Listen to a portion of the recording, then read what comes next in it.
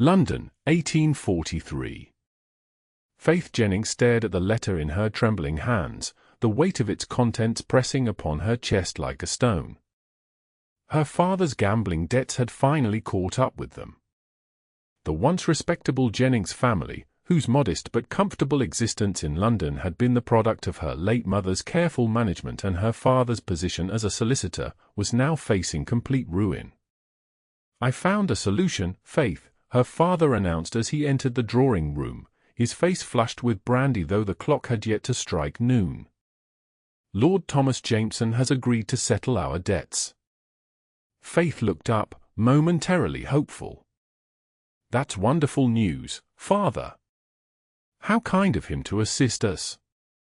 George Jennings avoided his daughter's gaze, focusing instead on adjusting his somewhat frayed cuffs.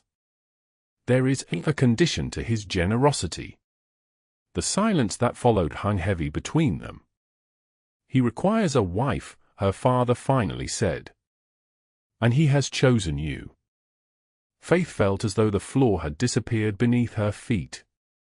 "But I've never even met this man." "He saw you at the Milfords' assembly last season." Her father's voice took on a desperate edge. "Faith, we have no choice. The creditors will take everything, the house, the furnishings. We'll be in debtor's prison by month's end. And so instead, you would sell your daughter." The words came out as barely more than a whisper. "It is an advantageous match. Lord Jameson is wealthy beyond measure. I don't care about his wealth," Faith interrupted, rising to her feet. At 18, she had harbored quiet dreams of marrying for love one day, like the heroines in her favorite novels. "I care about my freedom to choose." Her father's face hardened. "That freedom was forfeited the moment I signed those promissory notes. The arrangement has already been made. You will marry Lord Jameson in a fortnight." Faith turned to the window, gazing out at the London street below. Ladies and gentlemen strolled past, their lives continuing unchanged while hers had just been irreparably altered. She had always believed that with enough determination and wit, she could overcome any circumstance. But now, she understood the cruel truth: a woman's fate was never truly her own to command. Not when family honor and financial security hung in the balance. "Will I at least be permitted to meet him before the ceremony?" she asked, her voice hollow. "He'll call tomorrow afternoon," her father replied, already retreating from the room, unable to bear the accusation in his daughter's eyes. "He's a good man, Faith. You'll want for nothing." "Except choice," she murmured to the empty room.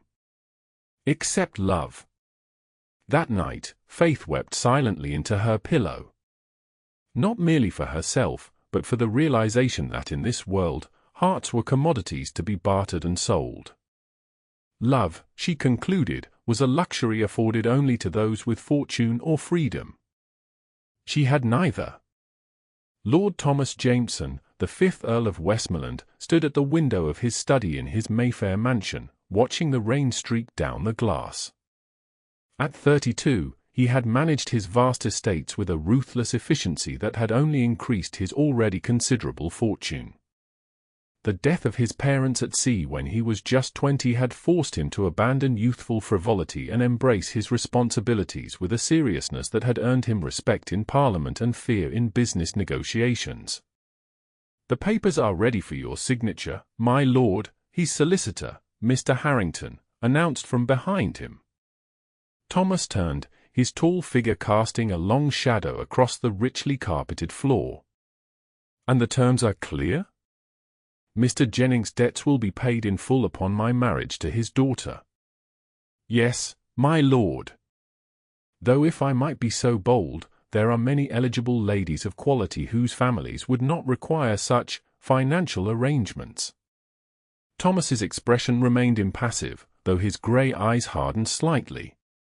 "Miss Jennings possesses qualities I find suitable for a countess." "You've scarcely spoken to the young lady, my lord." "I've observed enough." Thomas picked up a pen and signed the document with a fluid motion. She carries herself with dignity despite her circumstances. She is well read, judging by the volumes I saw her select at Hatchard's. And she shows kindness. I witnessed her defending a street vendor from harassment by some society dandies. What Thomas did not say was that he had been struck by Faith's quiet resilience at the assembly, how she had smiled genuinely at the elderly dowagers whom other young ladies avoided. How she had politely refused the advances of wealthy suitors who clearly viewed her as little more than an ornament. In a world of calculated social climbers, her authenticity had been startling. Besides, he added, more coldly, I require a wife who understands her position. Miss Jennings' gratitude for financial rescue will ensure a harmonious household without the emotional entanglements that so often complicate marriages. Mr. Harrington looked troubled. And if the lady is unwilling? Her father has already agreed. The contract is binding. Thomas handed back the signed papers. I shall call on Miss Jennings tomorrow afternoon. Please see that my gift for her is delivered beforehand. After his solicitor departed, Thomas poured himself a glass of brandy and returned to the window. His reflection stared back at him, handsome in a severe way, with sharp cheekbones and a permanently serious expression. The Ton called him the Frost Earl for his cold demeanor and uncompromising business acumen. Thomas took a long swallow of brandy, feeling its warmth contrast with the chill he maintained around himself. After watching his mother wither away from his father's countless infidelities and emotional cruelties, all conducted under the pretense of a loving marriage, he had vowed never to perpetuate such hypocrisy. His marriage would be a practical arrangement with clearly defined expectations. No false promises of love, no inevitable disappointment. Love was a convenient fiction invented to disguise the business transaction that marriage truly was. Thomas Jameson had no use for such illusions. The next day, a package arrived for Faith. Inside the elegantly wrapped box, nestled in velvet, lay a pearl and diamond necklace of such exquisite craftsmanship that even Faith's lady's maid gasped. "It's worth a fortune, miss," the maid whispered. Faith touched the cold gems with hesitant fingers. "How fitting. A cold necklace from a man I'm told is equally frigid." Accompanying the gift was a note written in a strong, decisive hand. "Miss Jennings, please accept this token in anticipation of our meeting this afternoon. I look forward to making your acquaintance formally. Yours, Westmoreland. Not sincerely. Not with warm regards. Simply yours," a word that made Faith shudder with its implication of ownership. When Lord Jameson arrived precisely at 4 o'clock, Faith was prepared. She had donned her best day dress, a blue silk that complemented her fair complexion and brought out the azure of her eyes. The necklace remained in its box upstairs. "Miss Jennings," Lord Jameson said with a formal bow as he entered the drawing-room. "It is a pleasure to finally converse with you." Faith curtsied, taking his measure. Thomas Jameson was taller than she had imagined, broad-shouldered and impeccably dressed in a black tailcoat that emphasized the breadth of his chest and narrowness of his waist. His features were aristocratic, straight nose, firm jaw, and eyes the color of storm clouds. Handsome, certainly, but there was something remote in his expression, as though he were viewing her through a pane of glass. "Lord Jameson," Faith replied, keeping her voice steady. "I must thank you for your generous gift, though I felt it inappropriate to wear it before we had been properly introduced." A flicker of something, surprise, perhaps, crossed his face before it settled back into its composed lines. "A sensible decision. It seems my assessment of your character was not mistaken."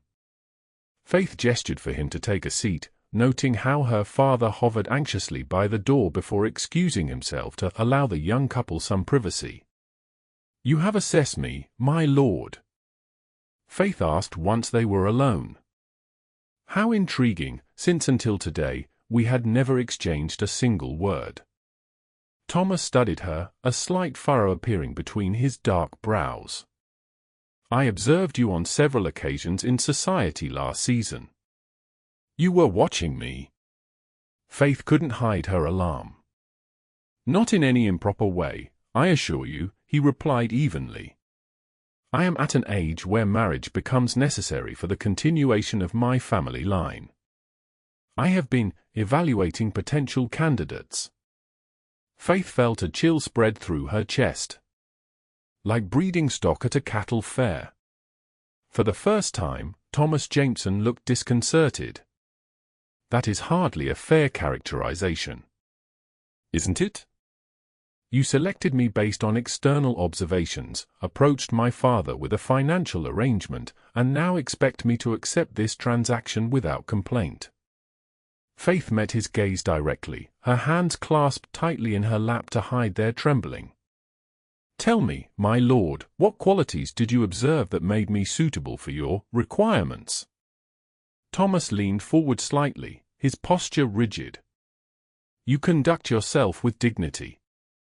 You appear intelligent and well-mannered. You seem kind to those beneath your station. You do not engage in the frivolous flirtation so common among young ladies of the ton.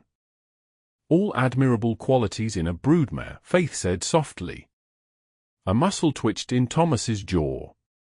You are understandably distressed by the suddenness of this arrangement. I am distressed by being sold to settle my father's debts, Faith corrected him. But I am not naive, Lord Jameson. I understand my position. I have no fortune, no protector since my mother's death, and no prospects should my father be imprisoned for debt. She took a deep breath. So I will marry you, as duty and circumstance demand. But I will not pretend this is anything other than what it is. Thomas studied her for a long moment. And what, in your estimation, is it?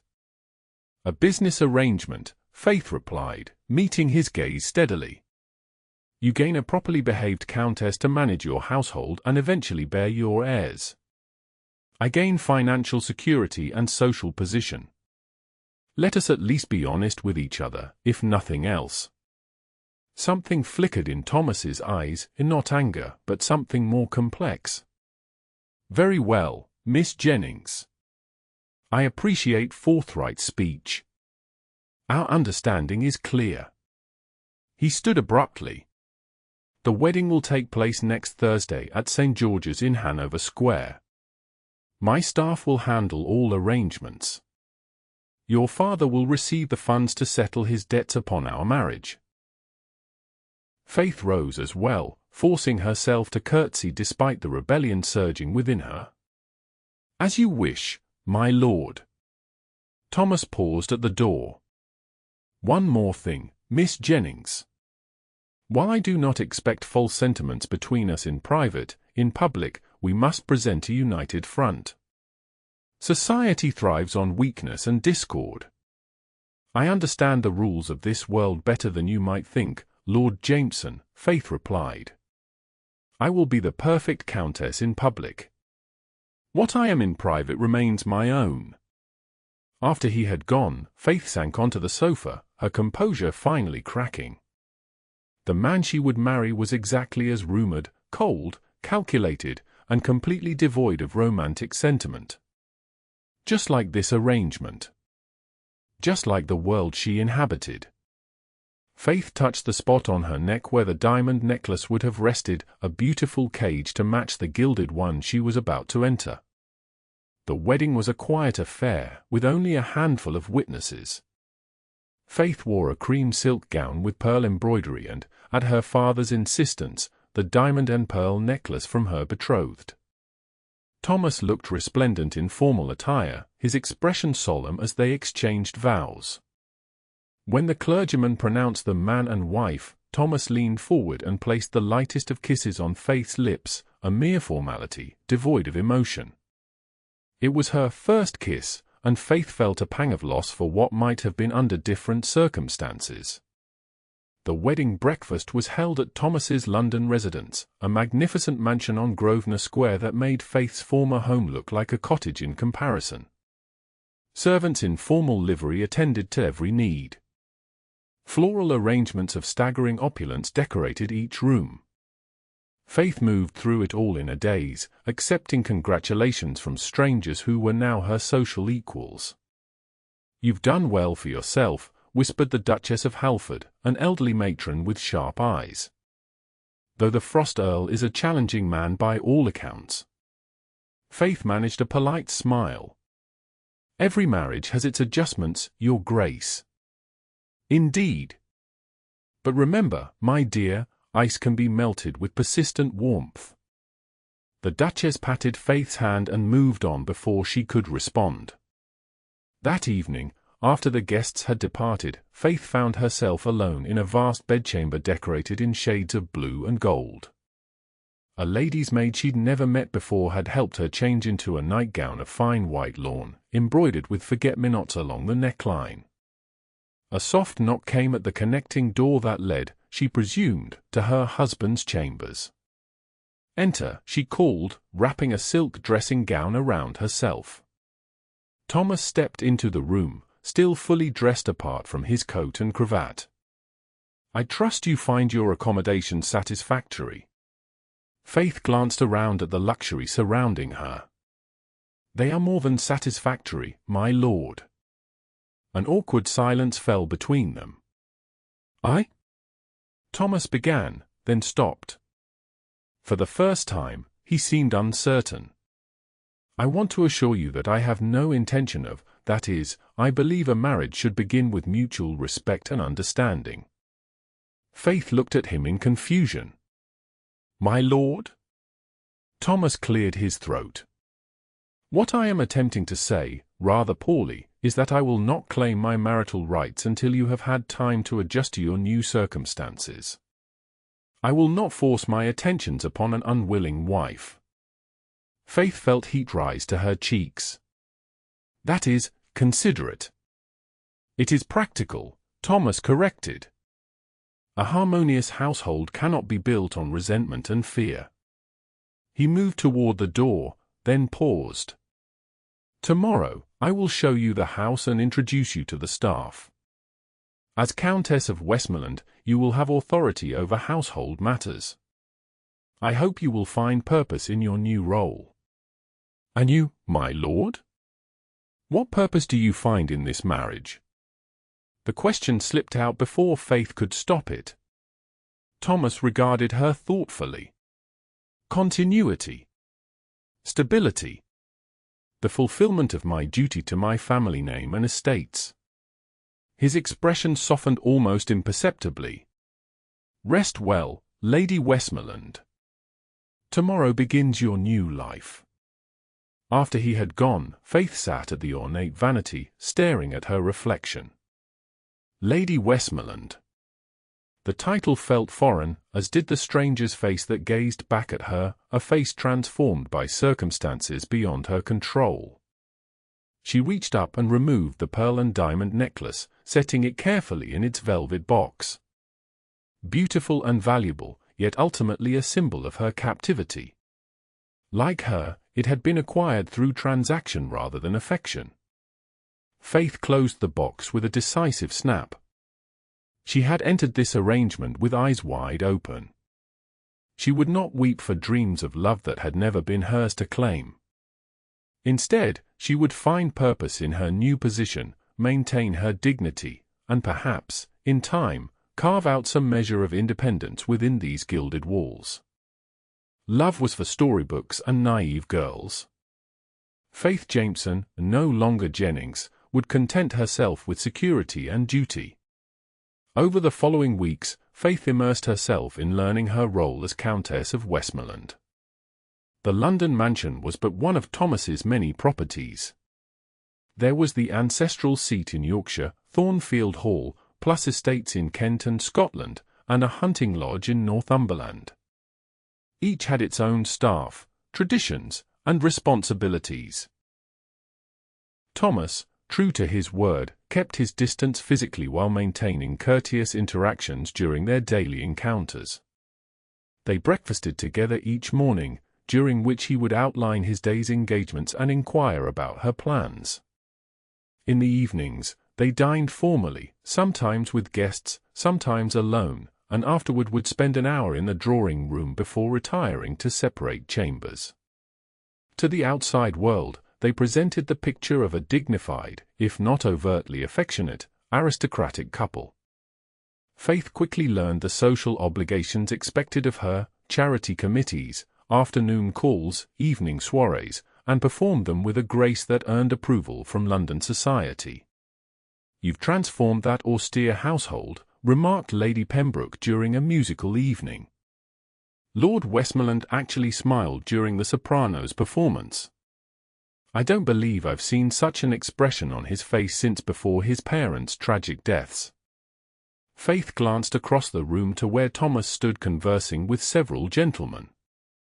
He did seem more relaxed than in their early days of marriage. "My husband appreciates fine music," she replied diplomatically. "Your husband appreciates you, my dear," Lady Pembroke countered with a knowing look. "The ton has noticed how his eyes follow you." Quite unlike his usual indifference to female company. Faith dismissed the observation, yet found herself watching Thomas more closely afterward.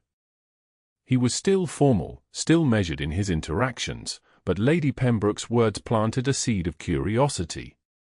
Did her husband truly see her as more than a suitable acquisition? One rainy afternoon, Faith was in the library selecting a book when Thomas entered unexpectedly. "Forgive me," he said, stopping short. "I didn't realize you were here." "Please, don't let me disturb you," Faith replied, gesturing to the vast collection of books. "This library belongs to you." "It belongs to us both," Thomas corrected, moving toward a shelf. "You enjoy reading, I've noticed." Faith nodded, surprised by his observation. "Books have always been my greatest companions." Thomas selected a volume and approached her. "This might interest you, then. Wordsworth's collected poems. My mother was particularly fond of his work." Faith accepted the book, their fingers brushing momentarily. "You rarely speak of your parents."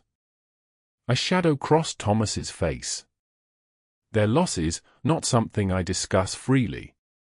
"I understand," Faith said softly.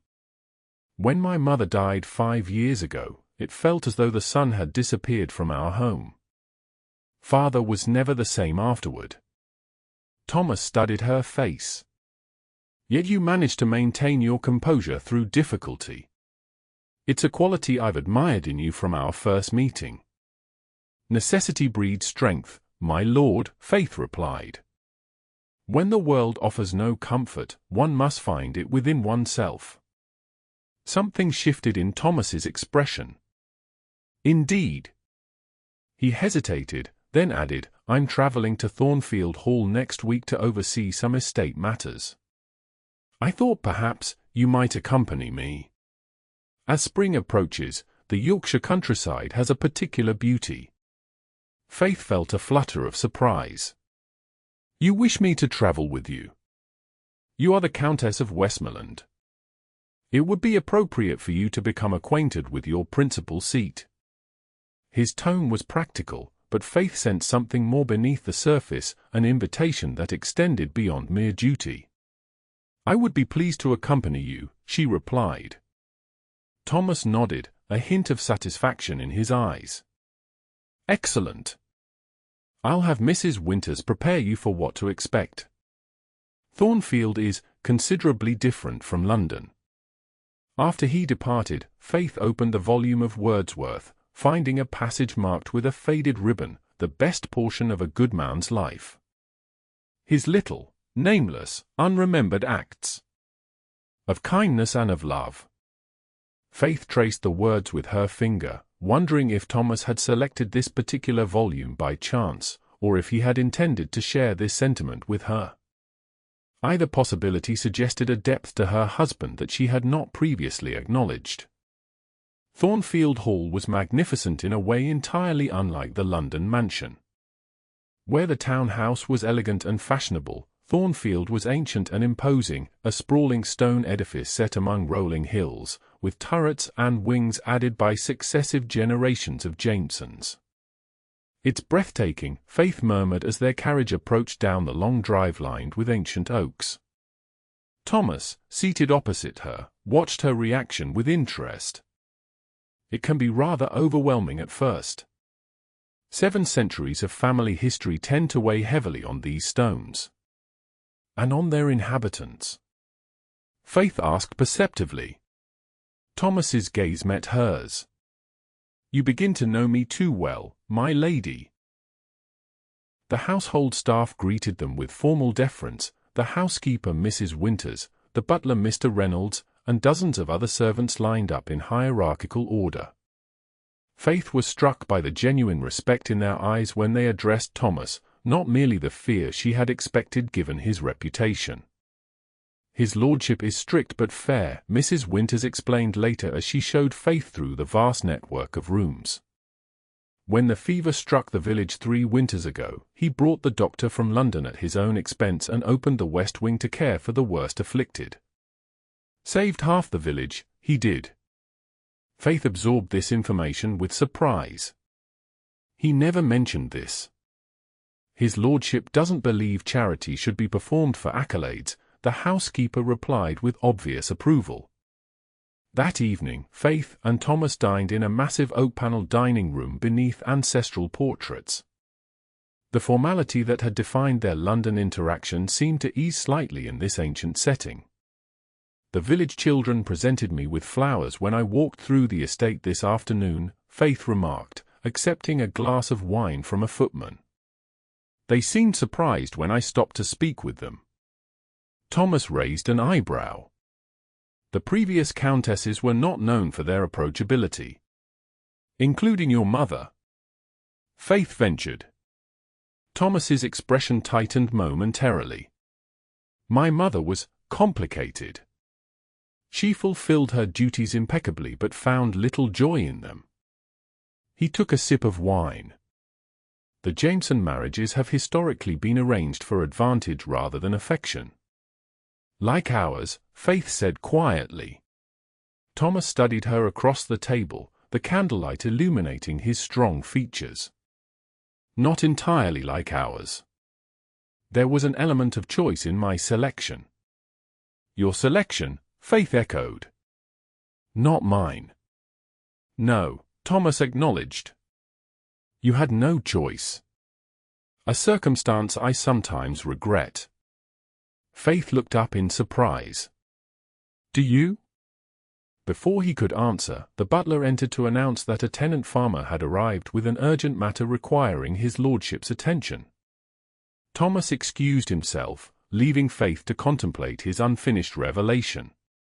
Later that night, unable to sleep in her unfamiliar chambers, Faith wrapped a shawl around her nightdress and ventured into the corridor. The vast house was silent except for the occasional creak of ancient timbers. She found herself drawn to a faint light emanating from the library. Thomas sat beside a dying fire, a glass of brandy in his hand, staring into the embers. He had removed his coat and cravat, and the open collar of his shirt revealed the strong column of his throat. In this unguarded moment, he looked less like the forbidding Earl and more like a man carrying a heavy burden. Faith hesitated in the doorway, about to retreat, when he looked up. "Faith," he said, using her given name for the first time. "Is something amiss?" "I couldn't sleep," she explained, suddenly conscious of her informal attire. "The house makes strange sounds." "It has stood for centuries," Thomas replied. "It has many stories to tell." He gestured to a chair opposite his. "Please, join me if you wish." Faith approached cautiously, settling into the offered seat. The intimate setting, the darkened room, the dying fire, their state of undress, created an atmosphere unlike any they had shared before. "What keeps you awake, my lord?" she asked. Thomas swirled the amber liquid in his glass. "Thomas," he said quietly, "when we are alone, I would prefer you use my name." Faith nodded, strangely moved by this simple request. "Thomas, then." He leaned back, his expression softening in the firelight. "I was thinking about what you said at dinner. About choice." He hesitated. "When I was a young man, before my parents died, I had formed an attachment to a young lady, the daughter of a neighboring estate." Faith listened, surprised by this unexpected confidence. "My father forbade the match," Thomas continued. "He had arranged an alliance with an earl's daughter that would bring additional lands to our holdings. I was expected to comply without question." His mouth twisted. "I threatened to defy him, to marry for affection rather than advantage." "What happened?" Faith asked softly. "My parents departed for a voyage to Italy shortly after our argument. Their ship was lost in a storm." Thomas's eyes reflected the dying firelight. Their last memory of their son was his defiance, his rejection of duty. "When I became Earl at 20, I vowed never to place personal desire above responsibility again." "And the young lady?" "Married a baron within the year," Thomas replied with a mirthless smile. "Apparently, her affection was more flexible than I had believed." Faith absorbed this revelation, understanding for the first time the origins of Thomas's rigidity, his insistence on duty above all else. "So you decided all marriages are merely transactions?" "I recognize the truth of what they are," Thomas corrected.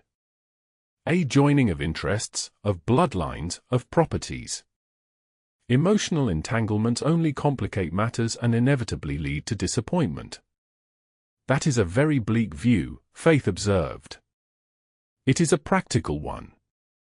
Faith studied him, seeing beyond the controlled exterior to the wounded young man who had lost everything at once, his love, his parents, his belief in affection's power.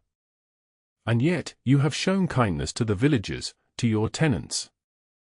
You delayed claiming your marital rights out of consideration for my feelings. These are not the actions of a man who believes only in cold practicality." Thomas looked at her with an intensity that made Faith's heart quicken. "Perhaps you reveal contradictions I had not acknowledged in myself." The air between them seemed charged with unspoken possibilities. Faith became acutely aware of her thin night dress, of Thomas's partially unbuttoned shirt, of the intimate solitude that surrounded them. Thomas set down his glass and stood abruptly. "It's late. I should escort you back to your chambers."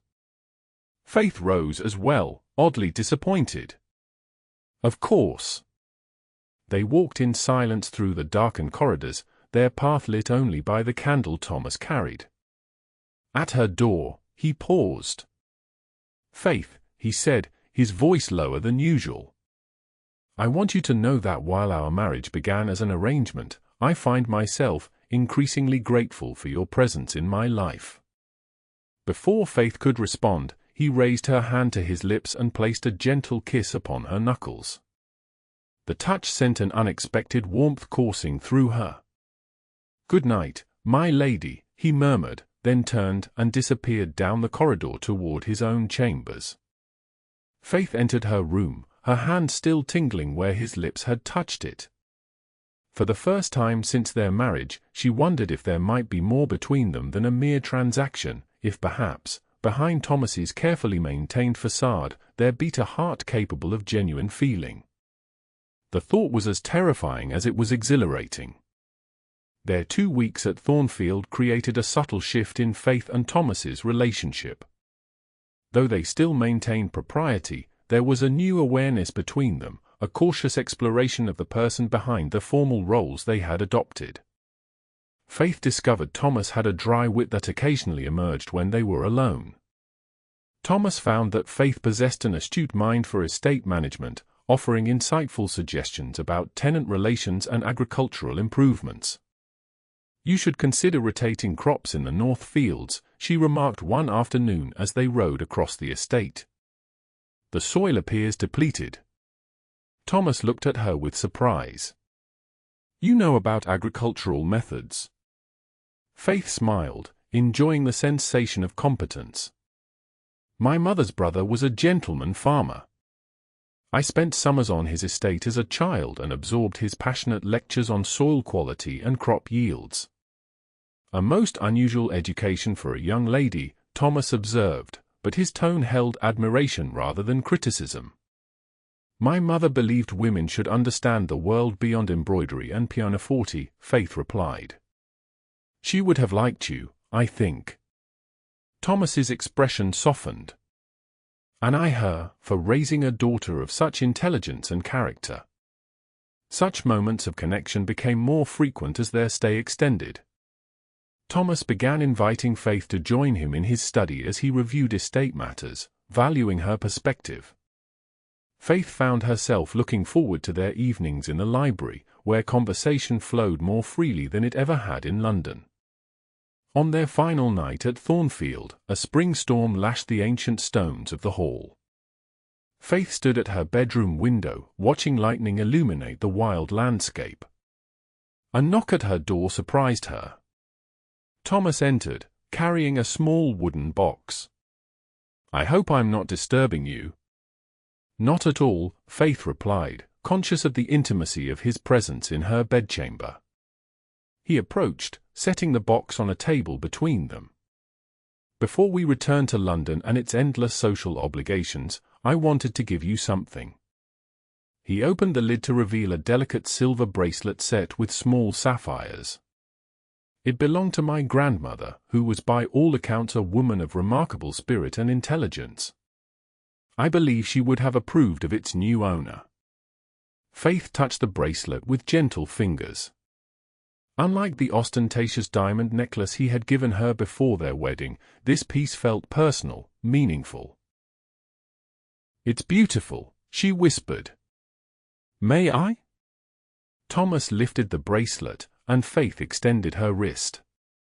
His fingers were warm against her skin as he fastened the clasp. "Thank you," Faith said, looking up at him.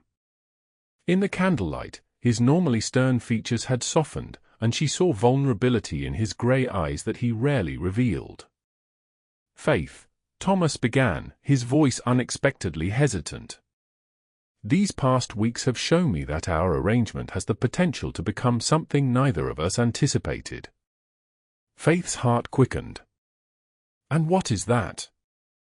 "A true partnership," he replied. "Based on mutual respect and understanding." Though his words were carefully measured, Faith sensed deeper emotions beneath them. "Is that all you wish between us, Thomas?" "Respect and understanding." His gaze intensified. "What more would you have me wish for?" Faith gathered her courage. "Perhaps the very thing you've convinced yourself is unnecessary. Affection.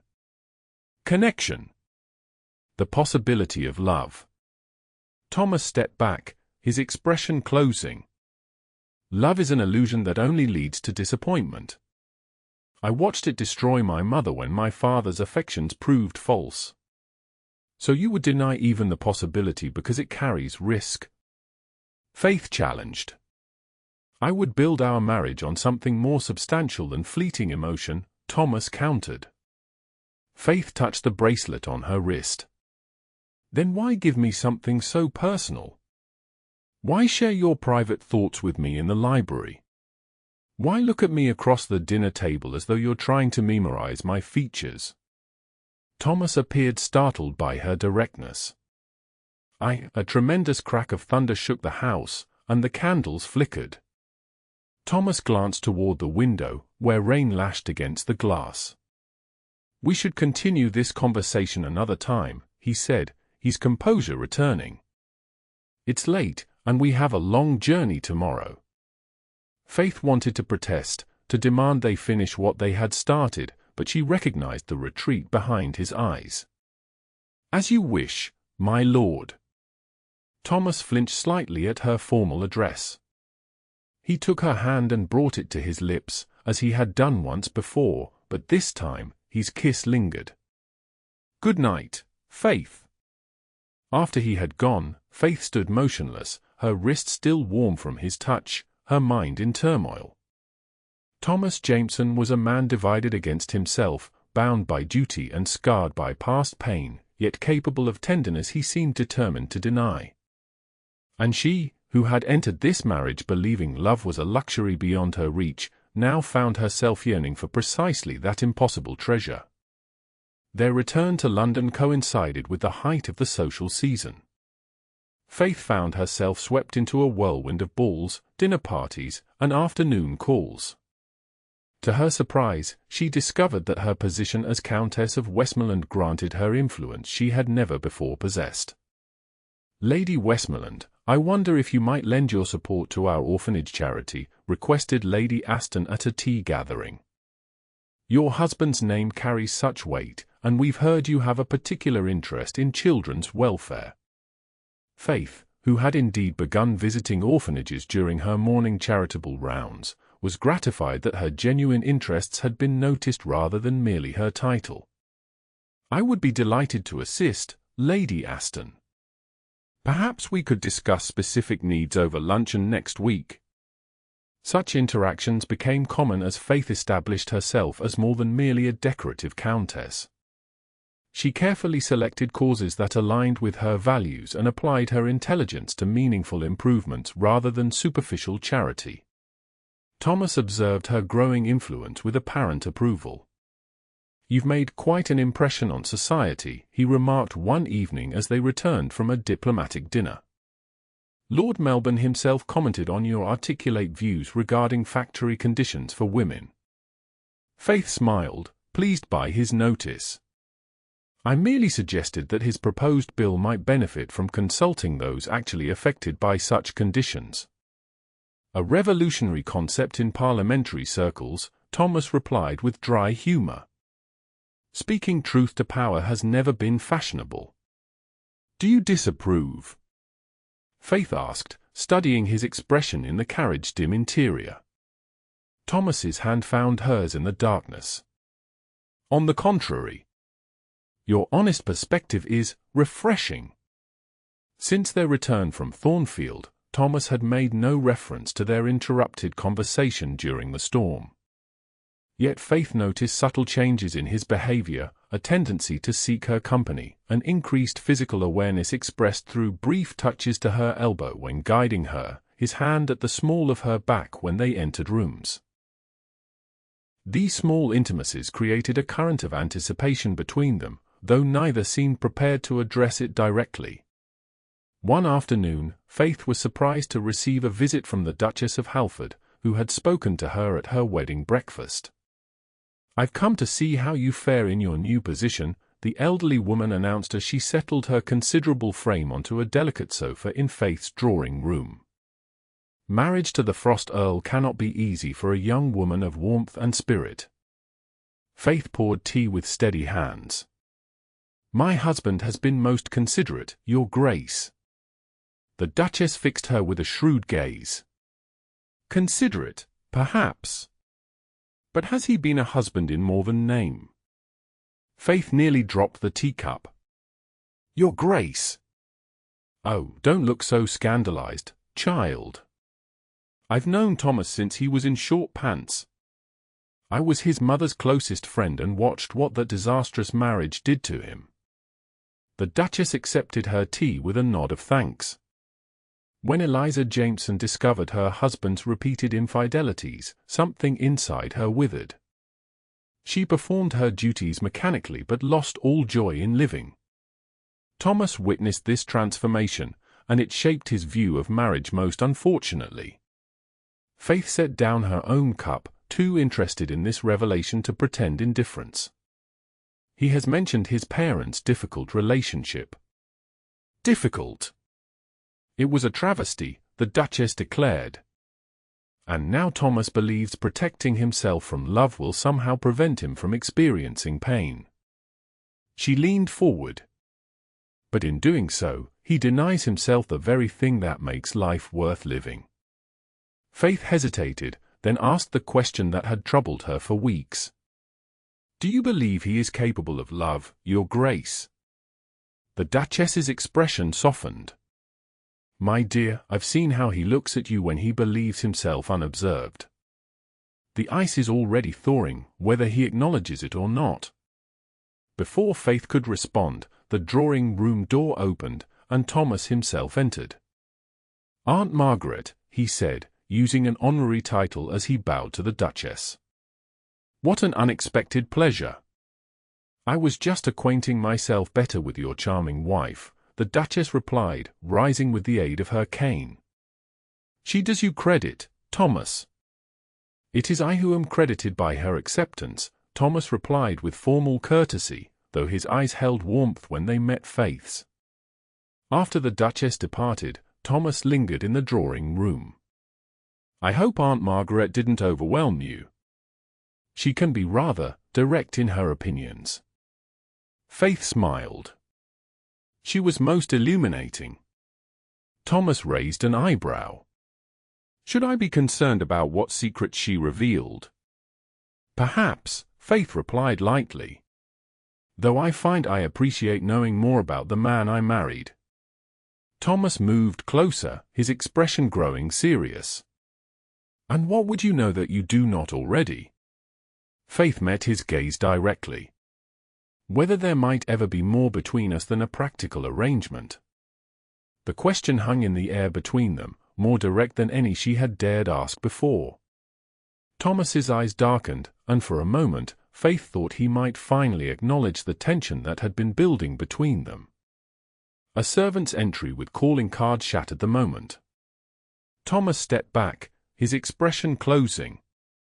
"We have guests arriving," he said. "We will continue this conversation another time." But that time never seemed to come. In the days that followed, Thomas became increasingly absorbed in parliamentary matters, returning late from sessions and departing early for meetings. Faith couldn't help wondering if he was deliberately avoiding the conversation she had initiated. A fortnight later, Faith attended Lady Harrington's ball without Thomas, who had been called to an emergency session of the House of Lords. She had grown accustomed to navigating society on her own and was engaged in conversation with several ladies when she overheard a remark that made her blood freeze. "Just like his father," apparently, a male voice was saying behind a potted palm. "The Frost Earl's icy demeanor clearly doesn't extend to his dealings with opera dancers." "Hush, Reginald," a woman responded. "Such gossip is beneath you." "It's hardly gossip when half the gentlemen's clubs are talking about it," the man countered. "Lord Westmoreland has been seen multiple times at a certain house in Covent Garden. The red-haired soprano is said to be particularly favored." Faith maintained her composed expression with effort, continuing her conversation about hospital funding while her mind reeled with this new information. Could it be true? Was Thomas, like his father before him, seeking companionship outside their marriage? She excused herself as soon as propriety allowed and returned home, her thoughts in turmoil. The Duchess had described how Thomas's mother had withered upon discovering her husband's infidelities. Was Faith destined for the same fate? When Thomas returned home near midnight, Faith was waiting in the drawing-room, still in her ball gown. "You're still awake," he observed, removing his gloves. Was the Harrington ball so stimulating? "Illuminating, perhaps," Faith replied, struggling to keep her voice steady. "I heard some interesting gossip about a certain earl's visits to Covent Garden." Thomas stilled. "Ah." The single syllable seemed to confirm her worst fears. Faith felt something crack inside her chest. "So it's true." Thomas approached slowly, his expression unreadable. "What exactly do you believe is true, Faith?" "That you've been visiting an opera dancer. A red-haired soprano." The words tasted bitter on her tongue. "I have indeed been to Covent Garden several times in recent weeks," Thomas acknowledged. Faith stood, unable to remain seated with her emotions in such turmoil. I see. Like father, like son, despite all your protestations about the pain infidelity caused your family. Thomas's brow furrowed. You believe I've been unfaithful, haven't you? Faith challenged, her voice rising despite her efforts to control it. No, Thomas answered simply. I have not. Faith stared at him, wanting desperately to believe him yet afraid to trust. Then why the secretive visits? Why not tell me where you were going? Thomas sighed, rubbing a hand across his face. Because I was arranging a surprise, one I had hoped to present under more auspicious circumstances. He reached into his coat and withdrew a small envelope. Your birthday is next week. I've arranged a private performance by Signora Rossi, the Italian soprano whose performance you so admired at the Pembrokes musical evening last month. Faith accepted the envelope with trembling hands. Inside was an elegantly printed card confirming a private recital. Oh, she whispered, mortification washing over her. I'm so sorry, you believed the worst of me, Thomas finished, his voice tight with hurt. Faith looked up at him, ashamed. The gossip seemed to confirm what you yourself have suggested, that all marriages eventually disappoint, that affection is fleeting. And yet I have never given you personal cause to doubt me, Thomas said quietly. Faith moved toward him impulsively. No, you haven't. Forgive me. I allowed fear and insecurity to override my better judgment.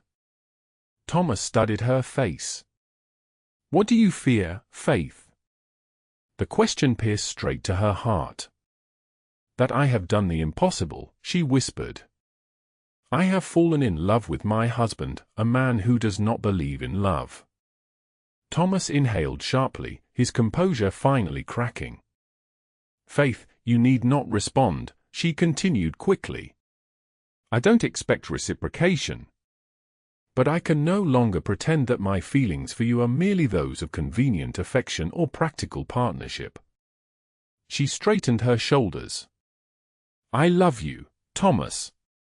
Not your title, not your wealth, but you, the man who cares for his tenants, who values honesty, who treats servants with respect even when frustrated.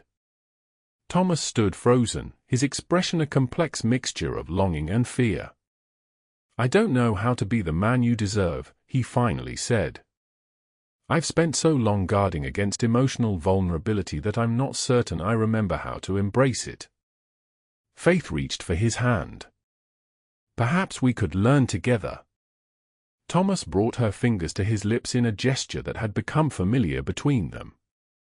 I cannot promise what I don't know if I can give, he said softly. But I can promise to try. It wasn't the declaration of love Faith might have dreamed of, but in its honesty, it offered something perhaps more valuable, the possibility of genuine growth. She stepped closer, and Thomas's arms encircled her with tentative care. When his lips met hers, Faith felt as though something long dormant within both of them had finally awakened. The following weeks brought a gradual transformation in their relationship. Thomas began sharing more of himself, his thoughts, his past, his hopes for the estates under his care. Faith found herself falling more deeply in love with the man beneath the Earl's formal exterior. Physical intimacy developed naturally from their growing emotional connection. Their first night together as true husband and wife was marked by Thomas's unexpected tenderness, his careful attention to Faith's comfort and pleasure. I never imagined it could be like this, Faith whispered afterward, nestled against his chest. Thomas stroked her hair, his expression wondering. Nor I. I believed physical relations were merely another duty, another transaction. And now? Faith asked, raising her head to study his face.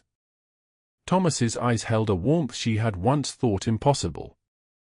Now I find myself reconsidering many beliefs I once held certain.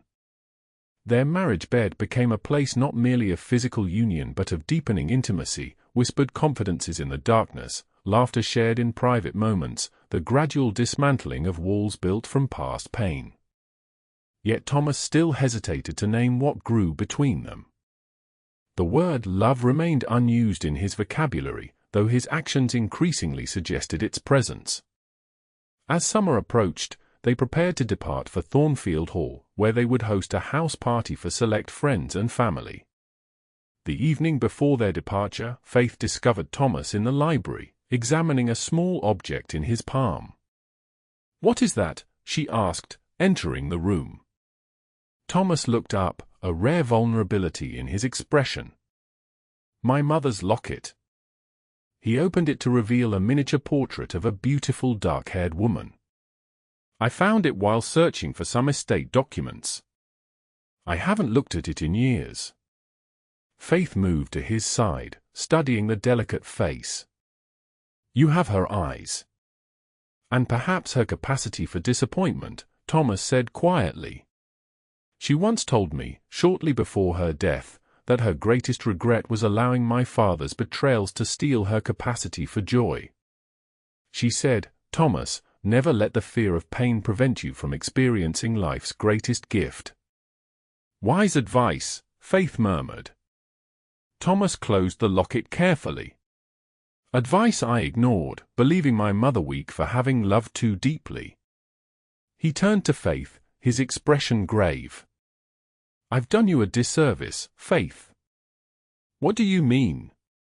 "I've withheld from you the acknowledgement of what you deserve to hear." Thomas took her hands in his. "I've been afraid to name what I feel, as though speaking it aloud would somehow diminish my strength or control." Faith's heart began to race. "And what do you feel?" "Love," Thomas said simply. "I love you, Faith Jameson. Not as a suitable countess, not as a practical partner, but as the woman who has shown me that vulnerability requires greater courage than isolation ever did." Faith felt tears spring to her eyes. "Oh, Thomas. I cannot promise I won't sometimes retreat behind old habits," he continued. "The patterns of a lifetime don't disappear overnight. But I can promise that I will always find my way back to you, to this truth between us." Faith touched his face gently. "That's all I've ever wanted, not perfection, but honesty. The willingness to grow together." Thomas drew her into his arms. "When I arranged our marriage, I thought I was acquiring a countess. Instead, I found my heart's companion. And I, who believed I was being sold to a cold stranger, discovered my husband was not merely the wealthiest earl in England," Faith said softly, "but the man who would teach me the true value of love freely given." Their kiss sealed a transformation neither could have imagined on that first formal meeting, from a marriage of convenience to a union of hearts, from practical arrangement to profound connection. In the years that followed, the tongue would marvel at the change in the once forbidding Earl of Westmoreland, how his countenance softened when his countess entered a room, how genuine affection marked their interactions both public and private. Who would have believed the Frost Earl could thaw so completely, the Duchess of Halford remarked at their 5th anniversary celebration, watching Thomas twirl Faith around the ballroom with obvious adoration. "Love accomplishes what duty cannot," Faith replied, her eyes meeting her husband's across the room in a glance of such intimate understanding that the Duchess chuckled. "Indeed it does, my dear. Indeed it does." And Thomas, who had once believed love a dangerous illusion, discovered it to be the most substantial reality of all, not a weakness to be guarded against, but a strength that transformed duty into joy, arrangement into destiny, and two separate lives into one shared journey of perpetual discovery.